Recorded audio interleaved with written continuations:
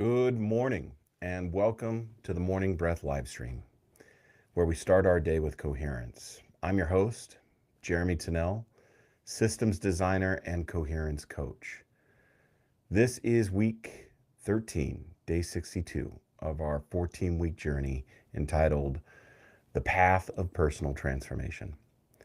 This week, we've been looking outward for the first time in our 14-week journey. Yesterday, we discussed institutions as pillars of society. And today, we talk about one of the most powerful tools institutions possess.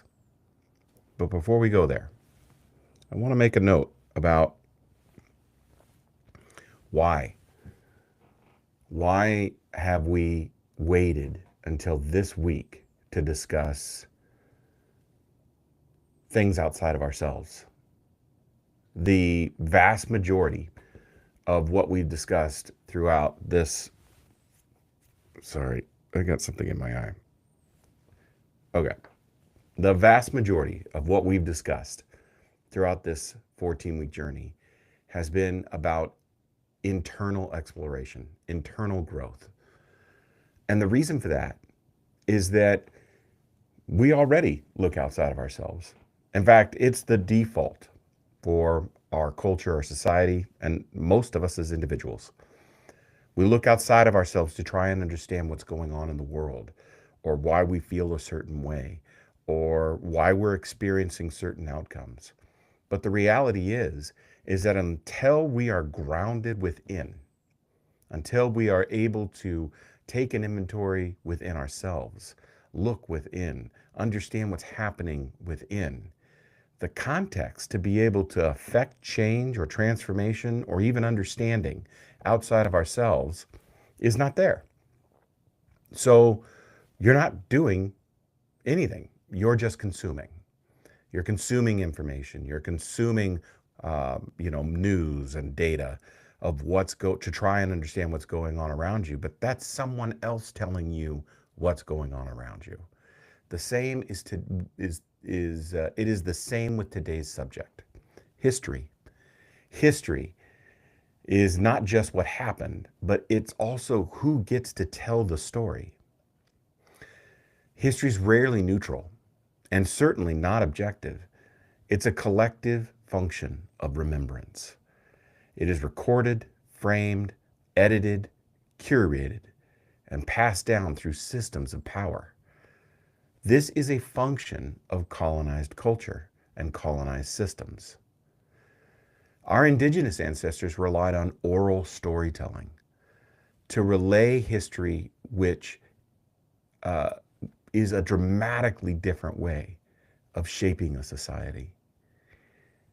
I want you to think about that juxtaposition for just a moment. All of our history is written down, shaped, and curated, and put into books. And then through our K-12 education, we are taught to memorize dates and taught to memorize certain events within that history, which are put into a specific context. But for the vast majority of human history, all of our indigenous ancestors told stories to relay an understanding of how the world worked. And those stories were not written down. They were passed on and passed on and passed on and passed on. That's dramatically different. In our culture, one of the most dangerous things a person can do is assume they already know the full story. Because much of what we call history is often an inherited narrative, certainly not a complete truth. One of the things that changed me deeply over the years was realizing how much history I was never taught. Entire perspectives missing, entire peoples reduced to footnotes, and whole systems of violence were normalized through patriotic storytelling. And at first, that realization was really uncomfortable because most people want history to feel settled. It's not about just what happened, but it is the way things are. They're clean, they're simple, binary. There are heroes and there are villains, there are good guys and there are bad guys. the civilized and the uncivilized. History is a story of progress and success. But true history is never that simple. And maturity requires the willingness to move beyond what you were told and begin engaging history through a deeper inquiry. Reading and study are so vital. Holding multiple perspectives, identifying primary voices, and seeking out the silenced ones. Engaging with critical thinking and using systemic context to gain a greater understanding. Because if we never question inherited narratives, we unconsciously inherit the inherited blind spots. History shapes collective identity. It shapes nations and cultures. It pushes political agendas. It carves and polishes morality and chooses who belongs, and designs our collective narrative and our collective memory, which means who controls history often influences who controls history often influences how people understand reality. This is why reading matters and study matters, and not just consuming information, but learning how to think critically and systemically about information. Because many people stop learning the moment our formal educations are complete. We get our diplomas or our bachelor's degrees, and that's good enough. And then the worldviews become frozen inside whatever version of history we were initially handed. But transformation requires intellectual humility, the willingness to ask, what don't I know? What perspectives were excluded? What stories became dominant and why? That does not mean rejecting everything we were taught. It means becoming responsible for our own understanding of it. One of the reasons why this matters so deeply is because historical narratives shape emotional identity. People attach themselves to stories, national pride, political parties, religious narratives, and cultural stories all shape how we see ourselves within a collective. When those stories are questioned, people often experience it as a threat to self. Not because they're weak, but because identity and narrative are deeply connected. This is why curiosity matters more than certainty. Because certainty closes inquiry, and inquiry is how consciousness expands. History is not just about memorizing dates and events. It is about understanding systems of power, human behavior, historical consequences, and repeating patterns, and the stories civilizations tell themselves. And often, the most important truths exist in the tension between perspectives. From a systems perspective, history functions like cultural memory. It teaches who matters, what's important, and what behaviors are rewarded, and what truths become normalized. But systems often preserve themselves through selective storytelling. Not always through outright lies, sometimes through omission or simplification, or reframing the narrative over and over again. Human systems decide which voices become authoritative and which voices become invisible. That matters in today's world because modern information systems move faster than ever before. People increasingly consume because they don't have time. Clips instead of context, headlines instead of study, algorithms instead of scholarship. And in an age of overwhelming information, discernment becomes essential. because access to information does not automatically create wisdom. Reading matters. Study is vital. Depth matters, especially now. Especially now. If you're not good at reading, if you're not comfortable with reading because you grew up in an age in which screens dominated, that's okay. But that doesn't mean you can stay there. Pick up a book. And here's a secret. Don't worry about picking up something that you think people should see you reading. I should probably be reading Shakespeare. I should probably be reading the classics. Look, if you're not comfortable there, don't start there. Pick up a comic book or pick up a graphic novel. Those are excellent ways in order to engage your attention and hold it as you read through something, especially if you grew up with screens. Especially if you grew up with screens. Because imagery is important to your brain. Work your way into narrative. But do it. Read. For God's sake, read. Culturally, we're living in a time where many people are questioning inherited narratives. But often, they fall into reframed narratives to try and understand it. Rather than study for themselves, they choose the narrative that they see on the screen. And that can create real problems. Some people clinging harder to certainty, others swing into reactionary rejection of everything. But wisdom requires balance, because the goal is not cynicism. It's not to tear down the system. It's to build a new one that makes the old one obsolete. And that is the goal. The goal can only be achieved through awareness.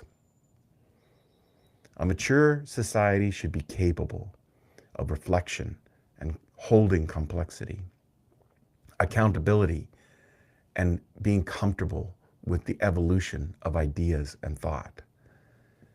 Can we say that about our society? They have to be able to do this without collapsing into shame or denial. Is that us? And personally, I believe one of our responsibilities as human beings is to continue learning long after systems no longer require it, after your K-12 education is over. Because education and wisdom are not the same thing. One can be credentialed with master's degrees and PhDs and certificates and still be intellectually asleep. So today, pause and reflect. What version of history makes me comfortable? What could help me see more clearly? What perspectives have I never explored? What stories have I accepted as normal without deeper examination? And what responsibilities do I have to continue learning beyond what I was initially taught? History is not about the past. It shapes how societies imagine the future. How do you think our history is helping us to imagine a future? Transformation requires people willing to pursue truth with humility, discipline, and courage. Find some time with your journals today and explore these questions. What historical narrative shaped my worldview growing up? What perspectives or voices do I realize were absent from my education? Do I seek information that challenges me or information that confirms what I already believe? And what does intellectual responsibility mean to me now? Let's move into our breath work. You know, for those of you that have been here and stuck with this, I really appreciate it. It's greatly appreciated. And if you're just finding this, awesome. Welcome. Welcome to this daily practice, Monday through Friday. And the practice isn't just the wisdom lessons that we might go through or the breath work that we practice every single day, Monday through Friday. The practice is getting up early. The practice is showing up on time. The practice is being consistent in your participation. Not because, you know, that is important here to me. It is. It's so greatly appreciated. But for you, because as you put that kind of practice into something, anything, you're building the capacity to be able to do it elsewhere in your life. That's the key here. All right, let's find a comfortable seat. Shift your hips, roll your shoulders, put your hand on your chest, and let's breathe in through our nose, big breath, and exhale all your air out through your mouth. Pull your stomach in. Again. And we're going to exhale everything out. Pull that belly in.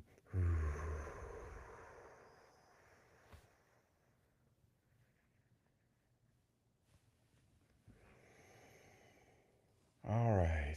Now let's breathe in through our nose for about 5 or 6 seconds, somewhere in between there. Out through our mouth for about the same.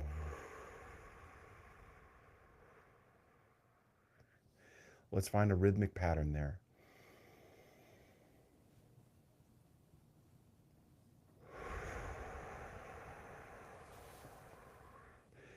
Sine and cosine.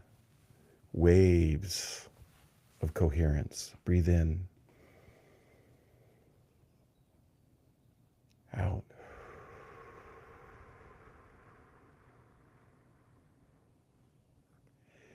In. Out. Hold that pattern. Keep going.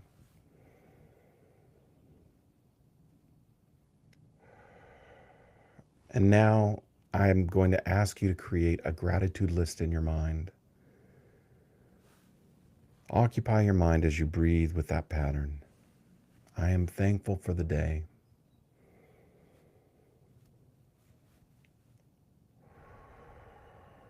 I am thankful for the sunrise.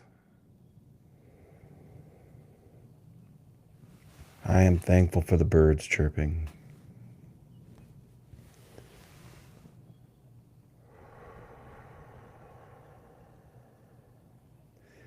I am thankful for the opportunity today brings.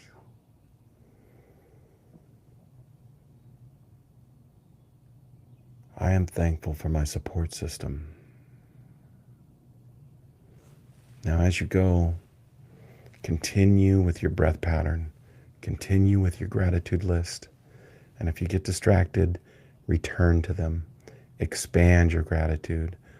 Become detailed with your gratitude.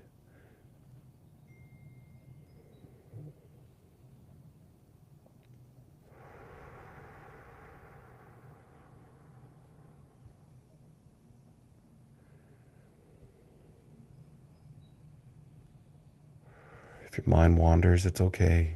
Just come back.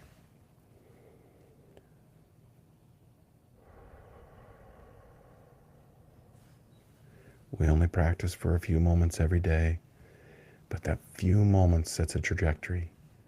It sets a pattern. Keep going.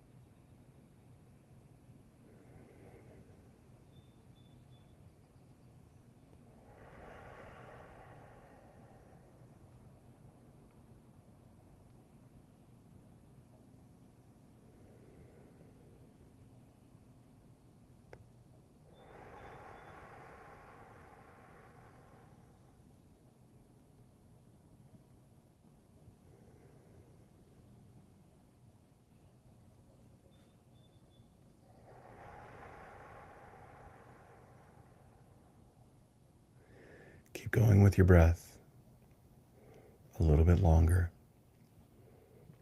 Keep expanding your gratitude.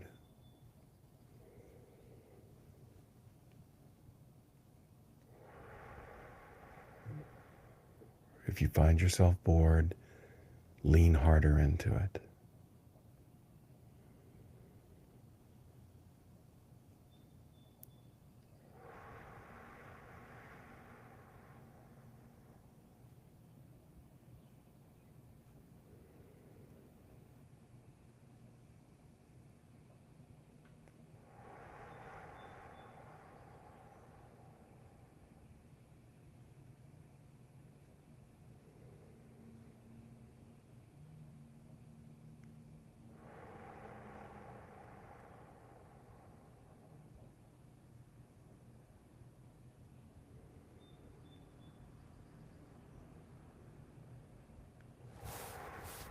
Let's breathe in through our nose. Big breath. Exhale through your mouth. Come back into the space. One more.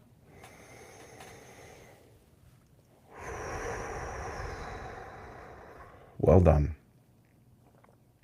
If this resonates, stay with the practice, because growth is not only emotional or somatic, it is intellectual, and transformation requires humility to continue learning. The moment we stop questioning inherited narratives, we stop expanding consciousness. Take a breath. I'll see you tomorrow morning at 5:30 a.m.